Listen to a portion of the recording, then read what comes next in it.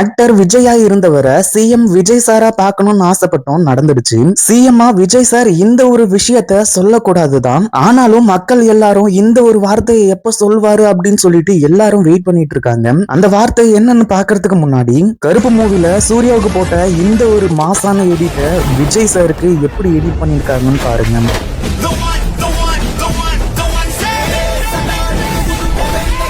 அந்த வார்த்தை என்னன்னு பாக்குறதுக்கு முன்னாடி இப்பதான் நம்ம சேனலுக்கு ஃபர்ஸ்ட் டைம் வரீங்க அப்படின்னா சப்ஸ்கிரைப் பண்ணிக்கோங்க.